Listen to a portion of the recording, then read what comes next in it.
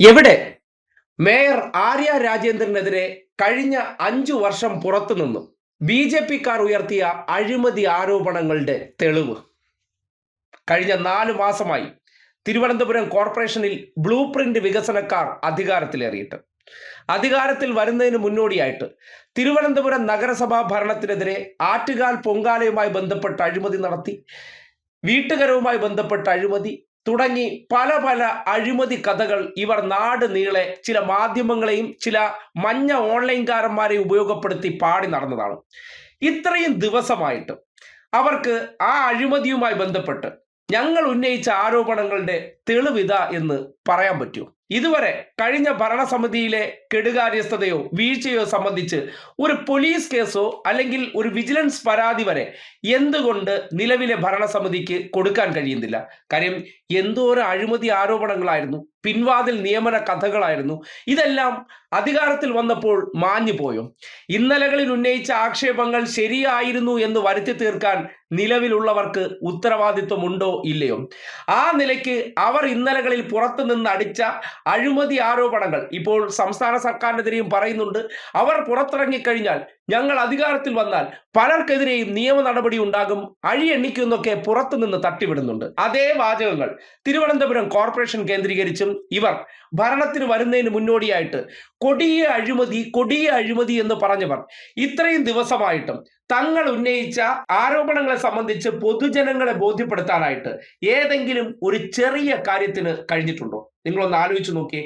എന്തോരം ബഹളങ്ങളായിരുന്നു, സമരങ്ങളായിരുന്നു. എന്തിനേറെ പറയുന്നു, കോർപ്പറേഷൻ ഓഫീസിനകത്ത് പൊങ്കാല ഇടൽ വരെ നടത്തിയവർ ഇപ്പോ ആ വിഷയവുമായി ബന്ധപ്പെട്ട് ഒരു ചുക്കും ചെയ്യാൻ പറ്റുന്നില്ലെങ്കിൽ എന്താണ് മനസ്സിലാക്കേണ്ടത്? കയ്യിലുള്ള പൈസ ഉപയോഗപ്പെടുത്തി കേരളത്തിലെ കുറെ മഞ്ഞ ഓൺലൈൻ ചാനലുകളെയും ചാനൽ മുതലാളിമാർക്കും പണം കൊടുത്തു കഴിഞ്ഞാൽ ചില വാർത്തകൾ എന്ന പേരിൽ വ്യാജത്തരങ്ങൾ പുറത്തേക്ക് വരും. അത് വായ്ത്താരിയിട്ട് നടക്കുന്നു എന്നതിനപ്പുറം ഇവർ പറയുന്ന കാര്യങ്ങളിലൊന്നും ഒരു കഴമ്പുമില്ല. 45 വർഷത്തെ ഭരണവുമായി ബന്ധപ്പെട്ട് 4 മാസം പൂർത്തീകരിക്കുമ്പോൾ ഒരു ഓഡിറ്റ് നടത്തിയിട്ട് അതിൽ വീഴ്ചയുണ്ടെങ്കിൽ കണക്കുകൾ പുറത്തുവിടുകയല്ലേ ബ്ലൂ പ്രിന്റ് വികസന സമിതി ചെയ്യേണ്ടത്? എന്തുകൊണ്ട് ഇതുവരെ പറ്റിയില്ല? അത് അന്വേഷിക്കാൻ ഇനിയും 5 വർഷം വേണമോ? അപ്പോ എന്ത് മനസ്സിലാക്കണം? ഇത്രയും കാലം അടിച്ചത് വെറും വാചാടോപമാണ്, ഡയലോഗുകളാണ്, അല്ലാതെ യാഥാർത്ഥ്യവുമായി പുലബന്ധം ഒന്നിനും ഉണ്ടായിരുന്നില്ല. അല്ലെങ്കിൽ അഴിമതി നിറഞ്ഞ ഭരണമെന്ന് വായ്ത്താരിയിട്ട് നടന്നവർ ഏതെങ്കിലും ഒരു സിംഗിൾ ആരോപണം ഇവർ ഉന്നയിച്ചതിനെ സംബന്ധിച്ച് തെളിവുകൾ അടക്കം നഗരസഭ ഭരിക്കുന്നവർക്ക് പുറത്തുവിടാൻ എന്താണ് മടി? ചങ്കൂറ്റമുണ്ടെങ്കിൽ രാജേഷും സംഘവും ഇത്രയും കാലം നിങ്ങൾ ഉന്നയിച്ചിരുന്ന പല അഴിമതി ആരോപണങ്ങൾ, ആ ആരോപണങ്ങൾ ശരിവയ്ക്കുന്ന എന്തെങ്കിലും ഡോക്യുമെന്റ്സ് നഗരസഭയ്ക്കകത്തുണ്ടെങ്കിൽ പുറത്തേക്ക് വിട്ട് ജനങ്ങളെ ബോധ്യപ്പെടുത്തണം.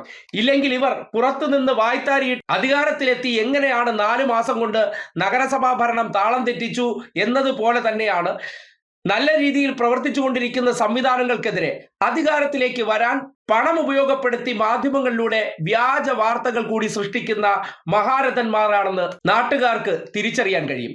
ഒന്നുമില്ലെങ്കിലും ഇതിനുവേണ്ടി കൊടിപിടിക്കുകയും തല്ലുകൊള്ളുകയും ചെയ്ത അല്ലെങ്കിൽ കേസിൽ പ്രതികളാകുകയും ചെയ്ത നിരവധി സംഖ്യകളില്ലേ?